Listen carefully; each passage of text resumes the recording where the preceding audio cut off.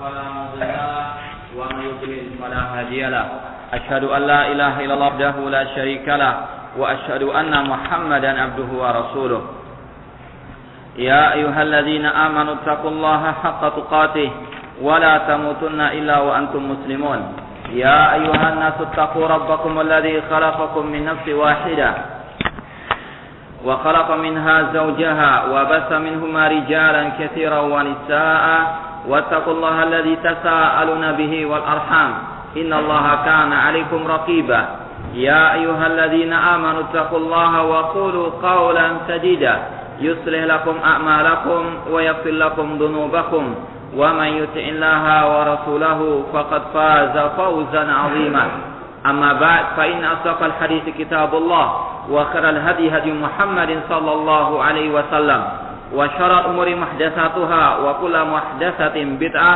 وكل بدعة ضلالة وكل ضلالة في النار. Ikhwani fillah rahimani wa rahmakumullah. Kita lanjutkan kembali kajian kitab Al-Furqan Baina Auliya Ar-Rahman wa Auliya Syaitan oleh Syekhul Islam Ibnu Taimiyah rahimahullahu taala. Pada pertemuan yang lalu al-muallif atau pengarang membahas tentang orang-orang yang mengaku-ngaku sebagai wali-wali Allah sedangkan mereka sebetulnya adalah musuh-musuh Allah Subhanahu wa taala, yaitu orang-orang Yahudi, orang-orang An-Nasara. Dan kemudian beliau mengatakan di sini, wa kana musyriku Makkatil Arabi yad'una annahum ahlullah. Demikian pula dengan keadaan orang-orang musyrikin zaman jahiliyah ketika mereka di kota Mekah, mereka mengaku-ngaku sebagai wali-wali Allah Subhanahu wa taala, sebagai orang-orang yang dekat kepada Allah Subhanahu wa taala. Lisuknahum Makkata, karena mereka tinggal di kota Mekah, wa mujawaratihim al-baita, dan dikarenakan mereka tinggal di dekat Baitullahi al-Haram. Wa kanu yastakbiruna an ala ghairihim bihi. Mereka merasa sombong, mereka merasa lebih di atas, mereka merasa kasta mereka yang lebih tinggi dibandingkan yang lainnya. Mereka sombong, mereka congkak, mereka merasa lebih dibandingkan yang lainnya. Secara garis keturunan, secara kasta mereka lebih daripada yang lainnya. Kama qala Allah Ta'ala, sebagaimana Allah berfirman tentang keadaan mereka orang-orang musyrikin Arab zaman jahiliyah. Qad kanat ayati tutla 'alaikum fa kuntum 'ala a'qabikum tankisun. Dan telah dibacakan ayat-ayatku kepada kalian, wahai kaum musyrikin Arab jahiliyah di kota Makkah. Fa kuntum 'ala a'qabikum tankisun. Akan tapi kalian berpaling ke belakang, mustakbirina bihi samiran tahjurun.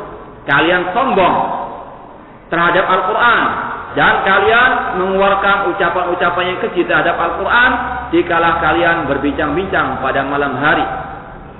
Surat Al-Mu'minun 66 sampai 67. Ini di antara sifat orang-orang musyrikin zaman jahiliyah, mustakbirin. Mereka sombong dikarenakan mereka merasa, mengaku, meyakini diri mereka adalah orang yang paling mulia, merasa kasta mereka yang paling tinggi daripada manusia yang lainnya.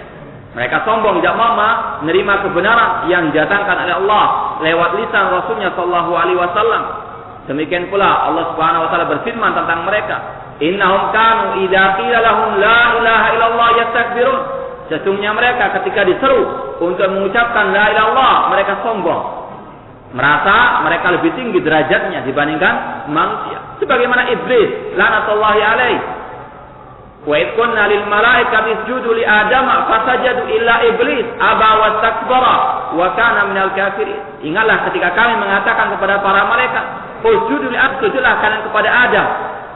Semuanya sujud kecuali iblis, aba wastakbar. Dia enggan, dia congkak dan dia sombong, tidak mau menerima kebenaran, dianggap dirinya lebih berderajat, lebih memiliki kedudukan dibandingkan manusia yang lainnya. Inilah keadaan iblis, inilah keadaan orang-orang musyrikin zaman jahiliyah, berbangga dengan kedudukan mereka, berbangga dengan derajat mereka, dengan kasta mereka. Dan ini pula yang terjadi pada zaman kita sekarang ini. Kemudian Allah juga berfirman tentang orang-orang musyrikin zaman jahiliyah. Mereka mengaku sebagai wali-wali Allah, sebagai orang yang dekat dengan Allah. Namun mereka sebetulnya adalah musuh-musuh Allah, musuh para rasulnya sallallahu alaihi wasallam. Allah berfirman, "Wa id yamkuru bikal ladina kafaru liyusbituka aw yaqtuluka aw yukhrijuka wa yamkuruna wa yamkurullah wallahu khairul makirin." Dan surat Al-Anfal ayat 30 Allah berfirman, "Dan ingatlah ketika orang-orang kafir membuat makar, membuat tipu daya untuk menangkap dan memenjarakanmu, atau untuk membunuhmu, atau untuk mengeluarkanmu. Wayang kurun, mereka membuat makar, membuat tipu daya, membuat rencana jahat, dan Allah pun membalas tipu daya mereka. Wallahu khairul makirin, dan Allah sebaik-baik pembalas tipu daya atau pembuat tipu daya." Kemudian disebutkan sampai ayat yang ke-34 yang saya nukilkan di sini, nanti tafsirnya dari Syekh Abdurrahman As-Sa'di rahimahullah taala. Terusan ayat itu, ayat yang ke-31 Allah berfirman, "Wa idza tutla 'alaihim ayatuna qalu qad sami'na law nasha'u laqulna mithla hadza." Apabila dibacakan kepada mereka orang-orang kafir Quraisy, orang-orang musyrikin zaman jahiliyah, dibacakan kepada mereka ayat-ayat kami, mereka mengatakan, "Kami telah mendengarkan ucapan-ucapan seperti ini." Sombong. Pada mereka adalah orang yang jahil, mereka adalah orang yang bodoh tentang agama Allah. Nah, mereka pura-pura mengetahui agama Allah Subhanahu wa taala. "Qad sami'na law nasha'u laqulna mithla hadza." Kalau kami mau, kami akan mengucapkan sebagaimana Al-Qur'an tersebut, dengan sombong. Padahal mereka ketika ditantang oleh Allah Subhanahu wa taala untuk mendatangkan satu ayat atau satu surat dalam Al-Qur'an, mereka tidak bisa mendatangkan. Namun mereka sombong, mereka menutupi ayat mereka dengan kesombongannya. "In hadza illa asatirul awwalin." Mereka mengatakan tidaklah Al-Qur'an kecuali hanyalah dongeng orang-orang purbakala, orang terdahulu. "Wa id qala Allahumma in kana hadza huwal haqqu min indika fa amtir 'alaina hijaratan minas samai aw itina bi'adzabin alim." Mereka mengatakan dengan sombongnya, "Ya Allah, jika ini adalah hak Al-Qur'an, Rasul adalah hak dari dirimu, maka hujanilah kami dengan hujan batu dari langit, atau datangkan kepada kami azab yang pedih." Sombong, mereka congkak menentang kebenaran, menentang Allah dan Rasulnya. "Wa ma kana Allah li'azibahu anta fihim." Dan di dalam Allah akan mengadab suatu kaum yang mana Rasul masih ada di tengah-tengah mereka. "Wa ma kana Allah mu'azibahu wa hum yastaghfirun." Dan di dalam Allah akan mengadab mereka sedangkan mereka dalam keadaan beristighfar, minta ampun kepada Allah Subhanahu wa taala. Kemudian yang 34 Allah berfirman, "Wa ma lahum alla yu'adzibahum Allah wa hum yasudduna 'anil masjidil haram." Dan kenapakah mereka tidak diadab oleh Allah sedangkan mereka adalah orang-orang yang menghalangi manusia dari masjid Allah, Masjidil Haram. "Wa ma kanu awliya'ah." Dan tidaklah mereka atau bukanlah mereka wali-wali Allah, atau bukanlah mereka atau bukanlah orang-orang musyrikin itu bukanlah orang-orang yang ahli, yang pantas untuk memakmurkan masjid Allah. "In awliya'uhu illal muttaqun." Tidaklah wali-wali Allah, tidaklah yang memakmurkan masjid Allah kecuali hanyalah orang yang bertakwa. "Walakin aktsarahum la ya'lamun." Akan tapi kebanyakan mereka tidak mengetahui. Di sini Syekhul Islam Taimiyah membawakan ayat ini untuk menjelaskan bagaimana keadaan orang musyrikin yang mereka sombong dan mereka mengaku sebagai wali-wali Allah, sebagai orang dengan Allah yang berhak memakmurkan Masjidil Haram. Namun sebetulnya mereka telah dicela oleh Allah, dibantah oleh Allah Subhanahu wa taala.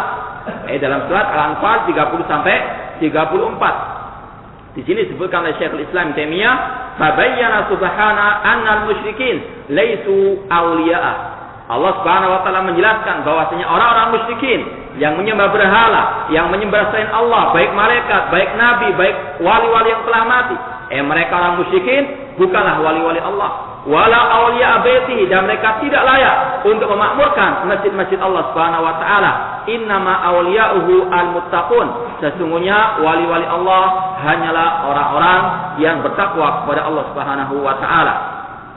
Di sini kita akan bacakan tafsir daripada ayat surat Al-Anfal 30 dari tafsir Syekh Abdurrahman As-Sa'di rahimahullah taala. Beliau mengatakan, "Idyamkuru bikal ladina kafir." Ingatlah ketika orang-orang kafir Quraisy membuat makar, membuat tipu daya terhadap kalian. Ai hina tasawwara al-musyrikun fi darin nadwa. yaitu ketika orang-orang musyrikin berkumpul rapat ya di tempat yang bernama Darun Nadwa. Fima yasnauna bin Nabi sallallahu. Tujuannya untuk membuat makar, untuk membuat rencana jahat kepada Nabi SAW atau terhadap Nabi SAW, untuk menghalangi dakwah Nabi SAW, untuk mencegah manusia dari tauhid, untuk mencegah manusia dari dakwah tauhid. Inilah keadaan orang-orang musyrikin zaman jahiliyah, yaitu mereka betul-betul semangat, bersungguh-sungguh untuk menghalangi dakwah kepada at-tauhid. Dan itu pula yang terjadi sampai hari kiamat kelak. Dakwah tauhid terus akan ditentang oleh manusia, oleh orang-orang musyrikin atau orang-orang yang mengekor kepada orang-orang musyrikin tersebut. Hina tasawaru musyrikun fi nadwa fima yasnauna bin Nabi sallallahu. Imma an yusbitu innahum bil habs wa yusiqu. Ya, salah seorang dari mereka atau sebagian mereka mengeluarkan pendapat sebaiknya Nabi SAW ditangkap dan dipenjara dan dibelenggu sehingga tidak bisa berdakwah kepada dakwah at-tauhid. Ini usulan salah seorang dari mereka. Wa imma an yaqtuluhu fa yastarihu bi sa'mihi min syarrihi.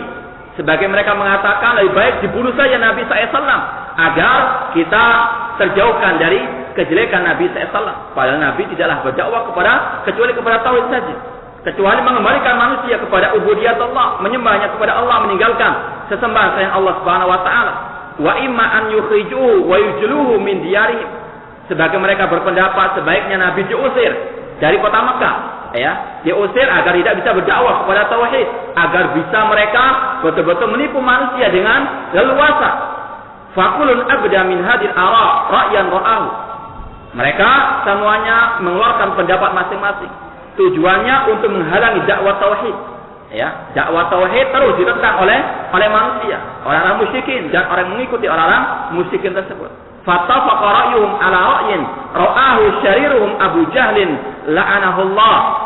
Dan sepakat mereka setelah itu ya dengan pendapat yang disampaikan oleh Abu Jahal, semoga laknat Allah atasnya, ya, memiliki pendapat yang mereka sepakati. Apa pendapatnya? Wa huwa an ya'khudhu min kulli qabilatin min qabaili Quraisy fatan wa yu'tuhu sayfan sarima. Yaitu setiap pemuda dari setiap kabilah diberikan pedang untuk membunuh Nabi SAW secara berjamaah, secara serentak.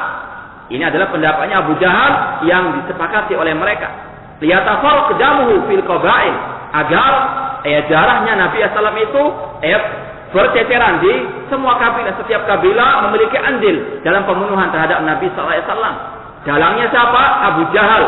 Ya, zaman dahulu, zaman musyrikin, zaman jahiliyah itu sudah ada para provokator, ya, dalang yang mendalangi semua bentuk fitnah. Demikian pula pada zaman sekarang tidak mustahil dan itu pun terjadi. Provokator yang bermain, ya, di belakang manusia-manusia yang jahil yang ditipu oleh mereka.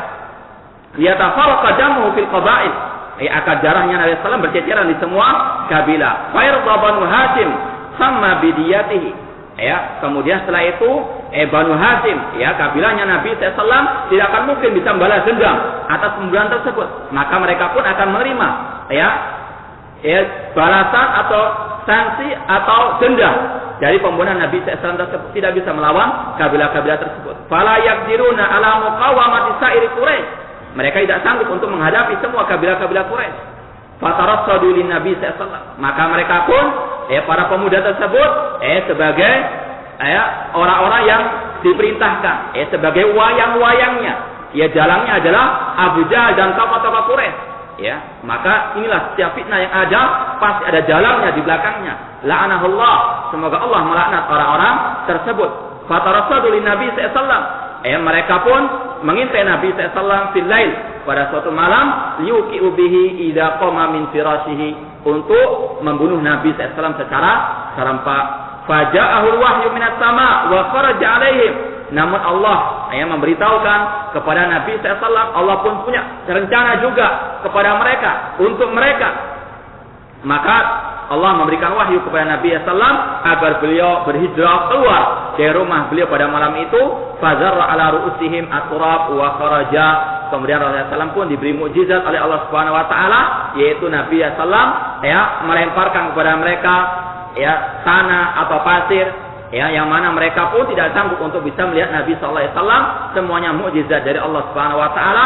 Wa yamkuruna wa yamkurullah. Mereka punya makar, Allah pun punya makar terhadap mereka, dan Allah sebaik-baik pembuat makar. Wa a'mallahu absarahum anhu, dan Allah pun membutakan mata-mata mereka sehingga mereka pun tidak bisa melihat Nabi sallallahu alaihi wasallam. Dan kisah ini insyaallah sudah ma'ruf, namun intinya mereka adalah manusia-manusia yang selalu dan senantiasa sampai akhir zaman nanti akan membendung, akan menghalangi, mencegah manusia dari dakwah tauhid. Siapapun yang mendakwakan tauhid pasti mereka berusaha untuk mencegahnya, diusir dari tempat mereka, diusir dari manapun mereka berada.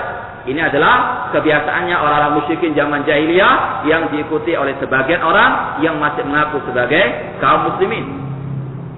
Kemudian disebutkan pada ayat yang ke-34, wa ma lahum alla yu'adzibahumullah wa hum yasudduna 'anil masjidil haram.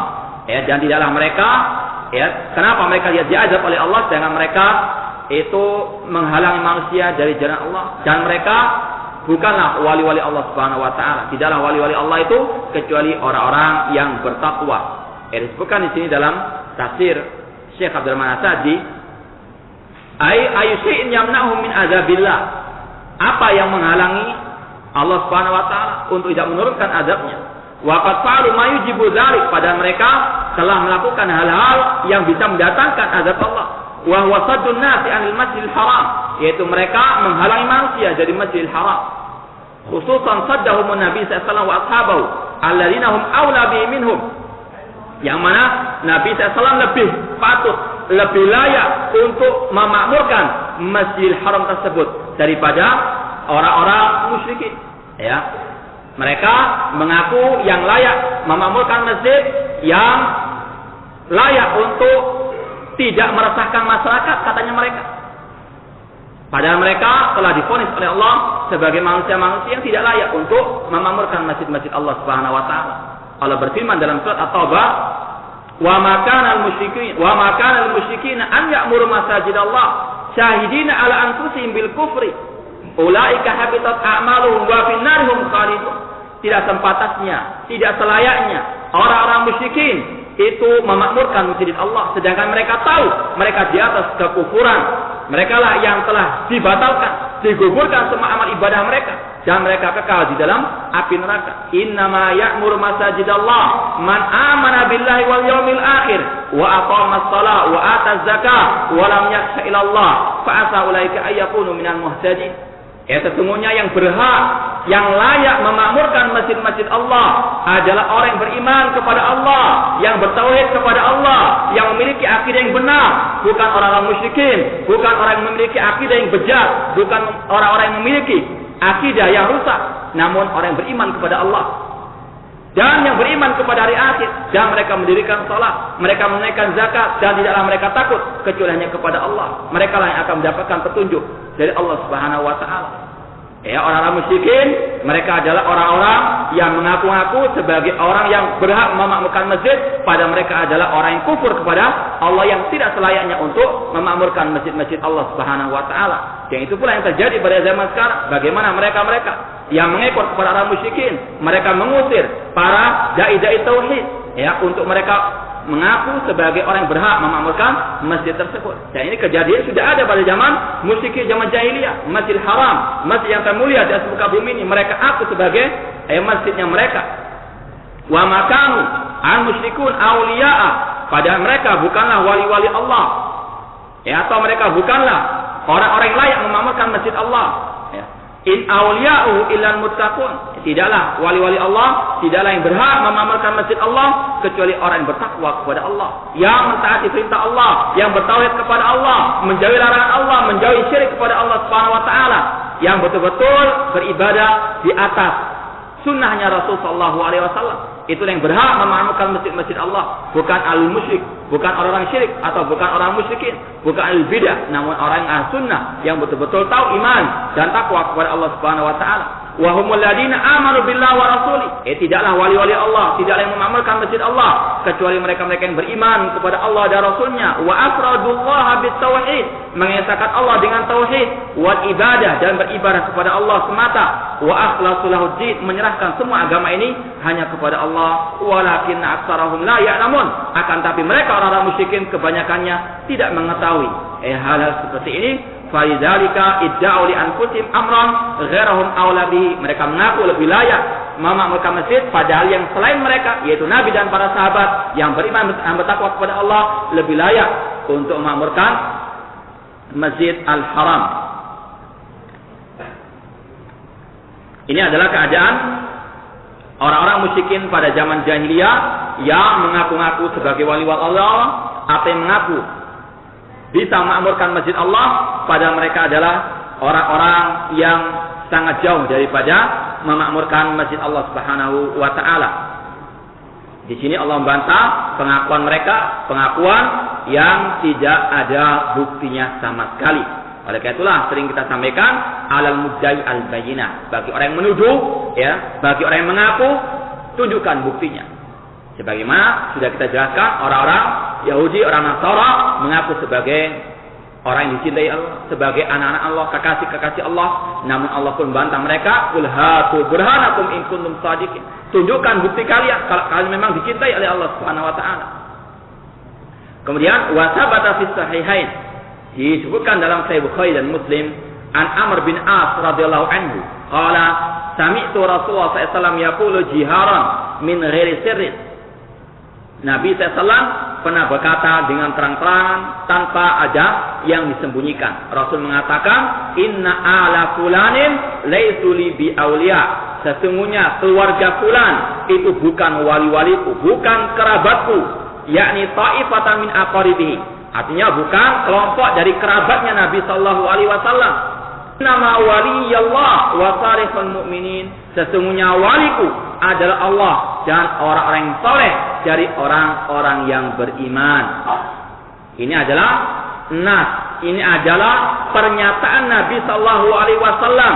Nabi SAW tidak mengakui orang-orang musyrikin, orang-orang yang soleh, orang yang berbuat maksiat, orang yang berbuat kebid'ahan sebagai kerabat beliau yang berhak menyandang sebagai walinya Nabi SAW. Yang dekat dengan Nabi SAW adalah orang-orang yang beriman dan yang beramal as-saleh.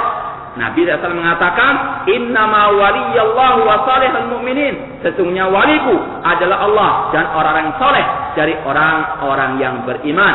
Nabi SAW tidak mengakui orang-orang yang mungkin masih tali kekerabatan dengan Nabi SAW, tali darah dengan Nabi SAW. Namun kalau mereka bukan orang yang beriman, mereka bukan orang yang mengikuti jejak Rasul SAW, Rasul tidak mengakui kekerabatan dengan mereka. Nabi mengakui kekerabatan, kedekatan dengan orang-orang yang beriman dan yang beramal as-saleh. Karena inilah Islam.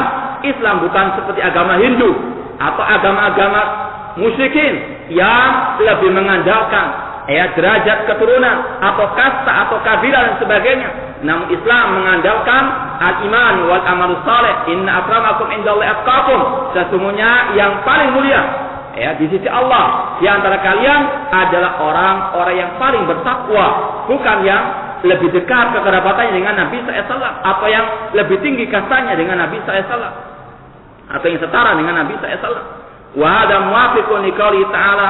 Dan ini sesuai dengan apa yang Allah firmankan, wa in tawahhara alaihi fa innallaha huwa maulahu wa jibrilu wa salihul mu'minin. Apabila kalian berdua, yaitu ini kisahnya tentang Aisyah dan Hafsah dalam surat At-Tahrim ayat 4, apabila kalian berdua bersepakat bergotong untuk menyusahkan Nabi SAW, maka sesungguhnya Allah adalah walinya Nabi SAW. Demikian pula Jibril dan salihul mu'minin yang dekat dengan Nabi SAW, yang akan mendapatkan syafaatnya Nabi SAW pada hari kiamat adalah orang-orang yang beriman, yang beramal soleh, yang beramal sesuai dengan syariat Nabi Muhammad SAW. Dan sudah kita jelaskan, orang yang soleh adalah orang yang beramal soleh. Apa itu amal soleh? Imam Ibnu Katsir mengatakan, yaitu la budda an yakuna khalisan lillah wa salihan an yakuna ala sunnati Rasulillah. Amal saleh harus amal yang ikhlas dan sesuai dengan sunnah Rasul SAW, seperti yang disebutkan Imam Ibnu Katsir dalam tafsir surat Al-Kahfi ayat yang terakhir. Wa salihul mu'minin huwa man kana salihan minal mu'minin. Ya, siapa salihul mu'minin? Ada orang-orang yang saleh dari kalangan orang-orang yang beriman. Wa humul mu'minuna muttaqun auliya Allah. Mereka adalah orang yang beriman dan yang bertakwa kepada Allah Subhanahu wa taala. Merekalah wali-wali Allah. Wa dakhala fi dzalik Abu Bakrin. Maka yang termasuk dalam wali Allah, yang termasuk dalam kerabatnya atau dengan orang yang dekat dengan Nabi SAW atau salihul mukminin, yang pertama kali adalah Abu Bakar, wa Umar, wa Utsman, wa Ali. Ya, 4 khulafa ar-rasyidun. Ya, adalah wali-walinya Nabi SAW, adalah orang yang dekat dengan Nabi SAW. Wa sairu ahli bait ridwan, dan semua yang mengikuti Bai'atul Ridwan alladzina bai'u tahta syajarah, yang membaiat Rasul sallallahu di bawah pohon. Wa kanu alfan wa arba'mi'atin, jumlah mereka pada waktu membaiat Rasul sallallahu ada 1.400 orang. Mereka lah para sahabat, mereka adalah wali-wali Allah dan mereka lah orang-orang yang dekat dengan Rasul sallallahu alaihi wasallam. Wa kulluhum fil jannah, dan mereka semuanya dijanjikan masuk ke dalam surga Allah Subhanahu wa taala. Karena apa? Karena iman dan takwa mereka, meskipun mereka sebagiannya bukan kerabat Nabi SAW, tidak ada kekerabatan dengan Nabi SAW. Namun karena mereka adalah salihul mukminin, orang yang beriman dan bertakwa kepada Allah, maka Nabi pun menjamin surga untuk mereka. Sebagaimana kama sabara fi sahih, sebagaimana yang telah sahih dari hadis Nabi SAW dalam Sahih Bukhari sini juga disebutkan Nabi SAW bersabda, atau dalam riwayat Imam Ahmad dan hadisnya sahih, atau riwayat Muslim. Riwayat Muslim, Nabi SAW bersabda, la yadkhulun nara ahadun mimman bai'a tahta syajarati.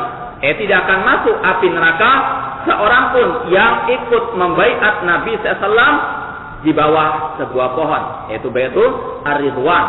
Di sini Nabi SAW menjamin mereka dengan jaminan surga. Oleh karena itulah kita tidak bisa mengatakan si fulan masuk surga kecuali ada dalilnya. Kita mengatakan para pengikut Baitul Ridwan masuk surga karena Nabi SAW menjamin, dengan wahyu dari Allah Subhanahu wa taala. Adapun yang tidak ada nas dalil secara person-personnya, individu-individunya, maka diharamkan kita untuk mengatakan si fulan masuk surga atau si fulan masuk neraka kecuali dengan dalil yang jelas dari Al-Quran dan Sunnah Rasul Sallallahu Alaihi Wasallam. Dan di sini para sahabat membaiat Rasul Sallallahu Alaihi Wasallam karena beliau sebagai Rasul dan sebagai imam mereka. Dan di sini sudah pernah kita jelaskan bahwasanya baiat tidak berlaku kecuali kepada al-khulafa, kepada para pemimpin kaum muslimin, bukan kepada pemimpin kelompok-kelompok sempalan Islam. Maka hadis-hadis yang mereka bawakan tentang masalah baiat, barang siapa yang tidak memiliki baiat di lehernya, maka dia kalau mati dalam keadaan jahiliyah. Ini hadis yang mereka salah menempatkan. Ini hadis untuk para pemimpin kaum muslimin. Dalam sejarah tidak ada para sahabat yang membaiat Abu Bakar sebelum dijadikannya beliau sebagai khalifah. Setelah jadi khalifah baru dibaiat. Sebelum jadi khalifah tidak dibaiat oleh para sahabat Rasulullah SAW. Artinya yang berhak dibaiat adalah pemimpin kaum muslimin. Ada khalifah, bukan pemimpin jamaah kaum muslimin. Wa mithlu hadzal hadis al-akhar, inna awliya Allah al-muttaquna aina kanu wa haitsu kanu. Dalam riwayat Imam Ahmad disebutkan sesungguhnya wali-wali Allah adalah orang-orang yang bertakwa. Contohnya orang bertakwa yang sudah kita jelaskan, melaksanakan kewajiban, meninggalkan larangan, menjalankan yang mustahab dan meninggalkan yang makruh. Kalau ada orang misalnya mengatakan rokok itu makruh misalnya saja, kemudian terus melaksanakan yang makruh tersebut, maka jelas dia bukan wali-wali Allah. Meskipun mengaku sebagai wali Allah Subhanahu wa taala, sudah jelas dia mengatakan ini makruh namun dia lakukan. Kalau misalnya itu hukumnya makruh menurut mereka. Namun yang rajih pendapat ulama adalah yang mengatakan bahwanya hal tersebut adalah diharamkan oleh Allah Subhanahu wa taala dan Rasulnya. Kama anna minal kuffar man yaddai annahu waliyullah. Orang Yahudi, orang Nasara, orang musyrikin, mereka semua mengaku sebagai wali-wali Allah. Namun pengakuan mereka dibantah oleh Allah Subhanahu wa taala. Pengakuan tinggal pengakuan. Sebagaimana sekarang banyak orang mengaku sebagai ahlu sunnah, sebagai orang yang mengikuti Rasul SAW, sebagai yang cinta kepada Rasul SAW, maka tidak bisa langsung kita terima sebelum kita tahu buktinya apa. Kalau memang dia cinta kepada Allah dan Rasulnya, ada buktinya, yaitu qul in kuntum tuhibbunallah fattabi'uni yuhibbukumullah. Kalau kalian cinta kepada Allah, ikutilah aku, kata Rasul SAW. Mengikuti akidahnya Rasul, mengikuti ibadahnya Rasul, mengikuti dakwanya Rasul, mengikuti jihadnya Rasul, mengikuti akhlaknya Rasul. Bukan malah menentang Rasul SAW, bukan malah menentang orang-orang yang menghidupkan sunnah Rasul SAW. Sebagaimana juga orang-orang kafir ada yang mengaku sebagai wali-wali Allah, yang mengaku mudah, mengaku sangat mudah, namun bagaimana membuktikannya? Walaysa waliyanillah, padahal mereka secara asal bukan wali Allah. Bal aduwan lahu, bahkan orang kafir adalah musuh Allah Subhanahu wa taala. Wa kadzalika minal munafiqin alladzina yudhhiruna al-islam. Demikian pula orang munafik, Semua orang kafir, orang musyrik, orang munafik mengaku sebagai wali-wali Allah.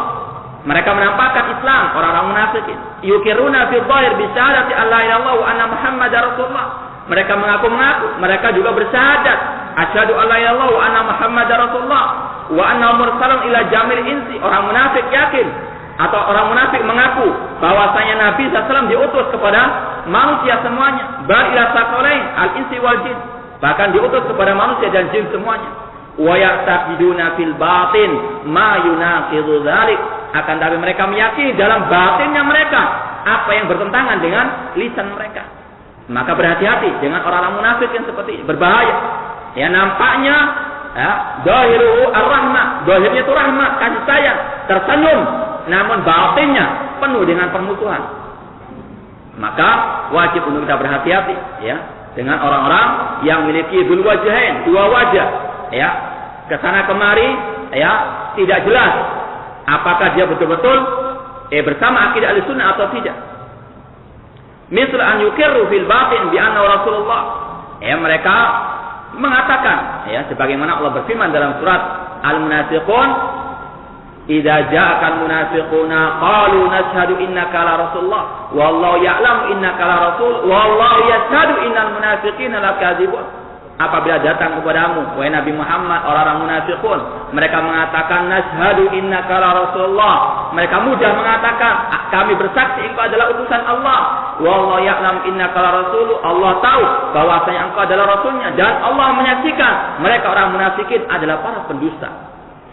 Maka berhati-hati, orang munafikin bukan pada zaman Nabi saja, namun sampai hari kiamat akan ada orang-orang munafikin, orang-orang yang menggunting dalam lipatan, orang-orang yang betul-betul menusuk dari belakang. Wa inna makana malikan muta'an. Mereka secara zahirnya mengakui Rasul sebagai utusan Allah, namun dalam batinnya mereka mengatakan Rasul hanya sekedar pemimpin yang ditaati oleh manusia, oleh rakyatnya, bukan sebagai seorang Rasul. Sasan nasa bira'yihi, bahkan mereka menuduh Rasul SAW memimpin manusia dengan akalnya semata. Padahal Allah berfirman, wa ma yantiqu 'anil hawa in huwa illa wahyu yuha. Tidaklah Rasul berkata dari hawa nafsunya, namun itu adalah wahyu dari Allah Subhanahu wa taala. Min jinsi ghairihi minal muluk. Mereka secara batinnya mengatakan Rasul tidak ada bedanya dengan raja-raja yang ada. Ini kata-kata orang munafikin dalam batinnya mereka. Au yaqulu inna Rasulullah ilal ummiyin duna ahlil kitab. Ataupun ada yang mengatakan bahwasanya Nabi Muhammad SAW adalah utusan Allah kepada orang yang buta huruf, orang-orang Arab jahiliyah, bukan kepada ahli kitab.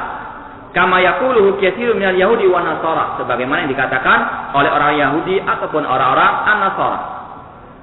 Au annahu yaqul mursalun ila amatil khalqi wa anna lillahi awliya'a khassatan. Dan bahwasanya Rasul sebagian orang ahli bidah atau orang yang musyrikin atau orang yang di dalam hatinya ada penyakit mengatakan bahwasanya Rasul itu secara lahirnya diutus kepada amatul khalqi, kebanyakan manusia.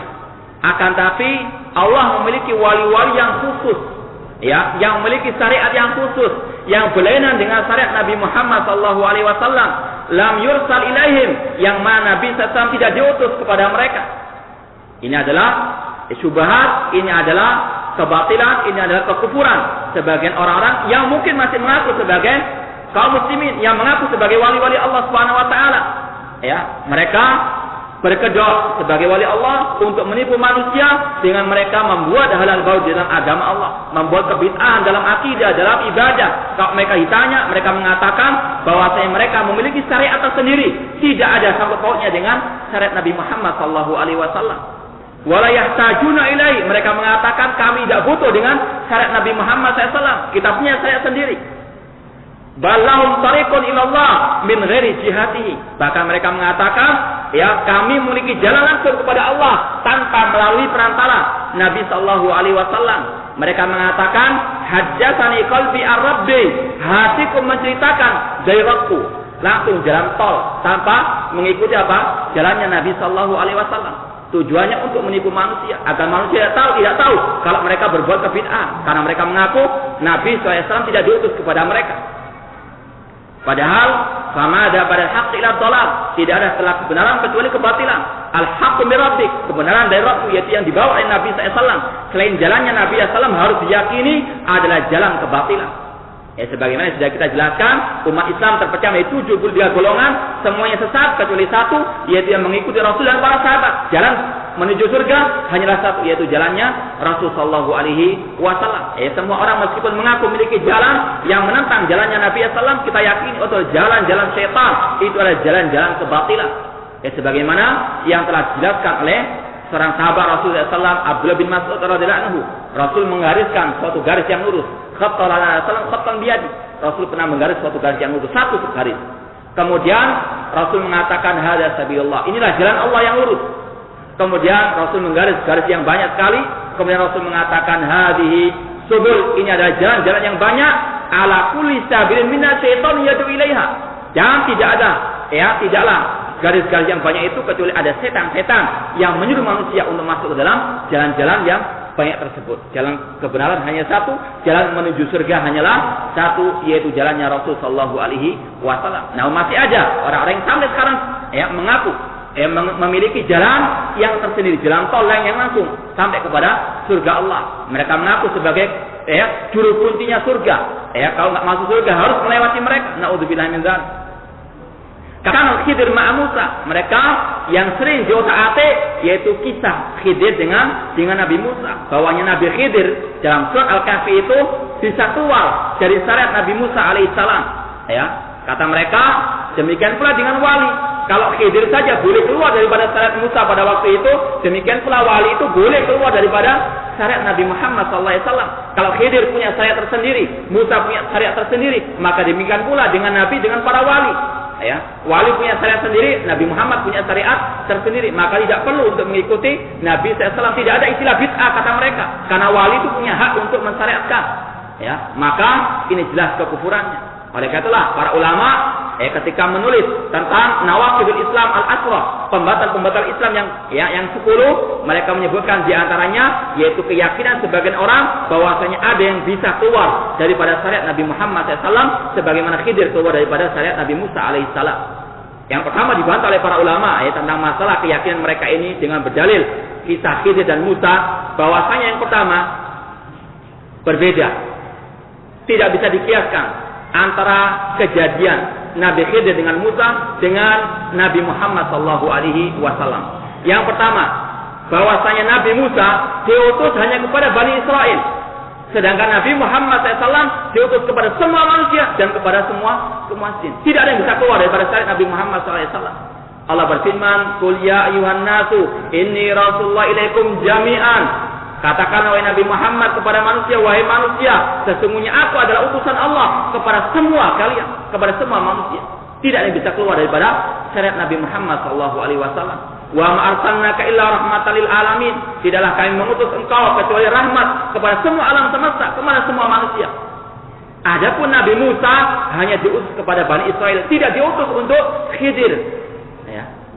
Sebagaimana Nabi SAW bersabda, utitu khamsan lam yu'tahunna nabiyyun qabli. Aku diberi oleh Allah 5 keistimewaan yang tidak diberikan kepada nabi sebelumku.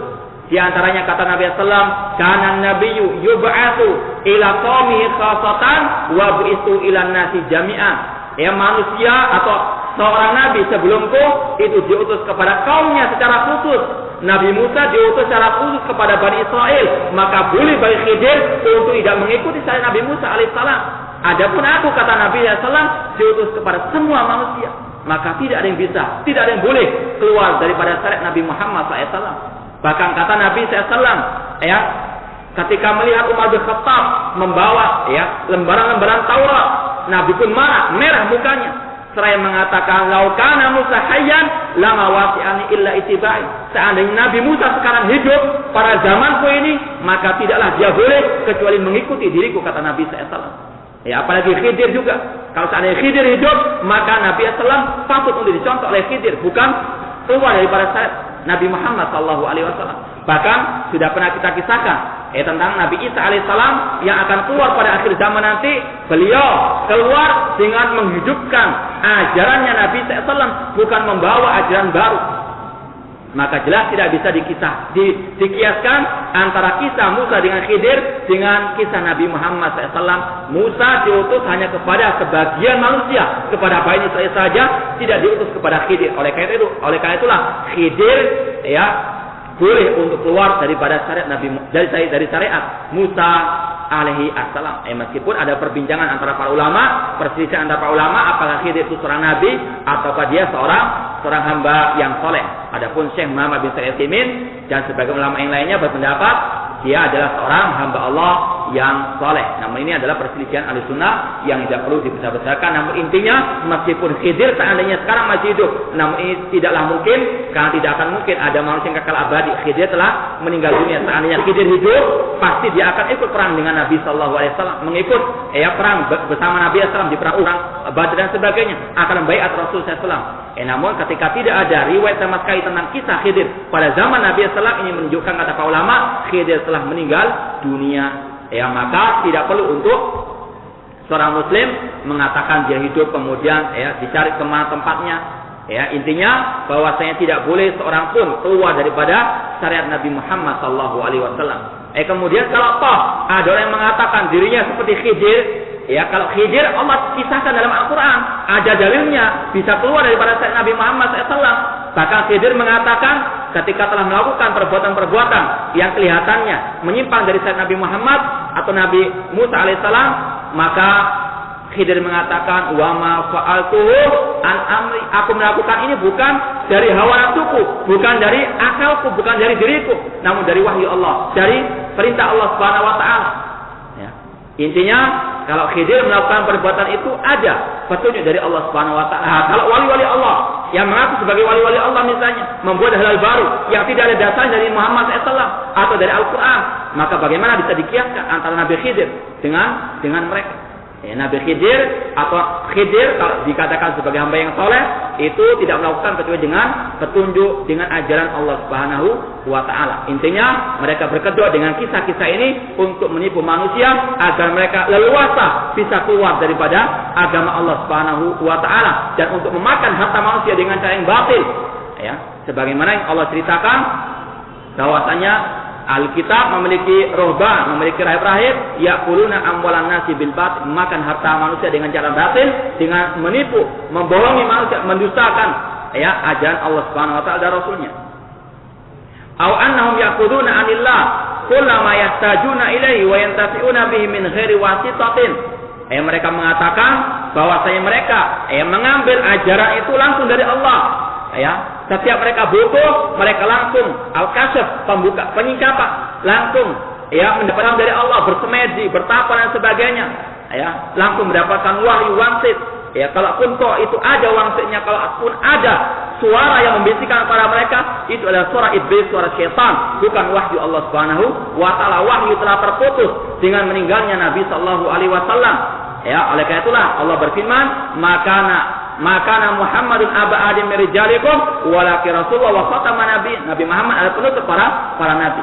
Dan pengakuan orang itu memiliki wahyu dari Allah setelah meninggalnya Nabi SAW, meskipun mereka berketua sebagai wali Allah, ini lebih kejam, lebih berbahaya daripada kelompok Ahmadiyah yang mengaku sebagai nabi setelah Nabi Muhammad SAW. Kalau muslimin paham, kalau ada orang yang mengaku sebagai nabi baru, mereka serentak langsung memeranginya. Namun kalau ada yang mengaku sebagai wali Allah, mendapatkan wangsit, mendapatkan wahyu, ini celah. Ini adalah permainan cantik mereka membujuk manusia, membohongi manusia yang mereka tanpa sadar telah dibohongi oleh musuh-musuh Allah Subhanahu wa taala tersebut. Maka hati-hati. Au anna mursalun bisyara'i adh-dhahira wa hum muwafiquna lahu fiha. Atau mereka mengaku bahwasanya syariat Nabi Muhammad SAW ini syariat yang dohir. Ini untuk orang awam, orang-orang yang kelas rendah. Wa amal haqaiq al-batiniyah falam yursal biha. Adapun hakikat secara batinnya, Nabi SAW tidak mengetahui, mereka yang mengetahui. Ya betul, Nabi Muhammad diberikan syariat, namun syariat yang dohir. Adapun kita memiliki syariat yang batin, memiliki syariat yang tersendiri. Kalau dalam syariat Nabi Muhammad secara dohir, khamar itu haram. Namun untuk wali-wali Allah kata mereka itu halal, itu seperti minum air zam-zam.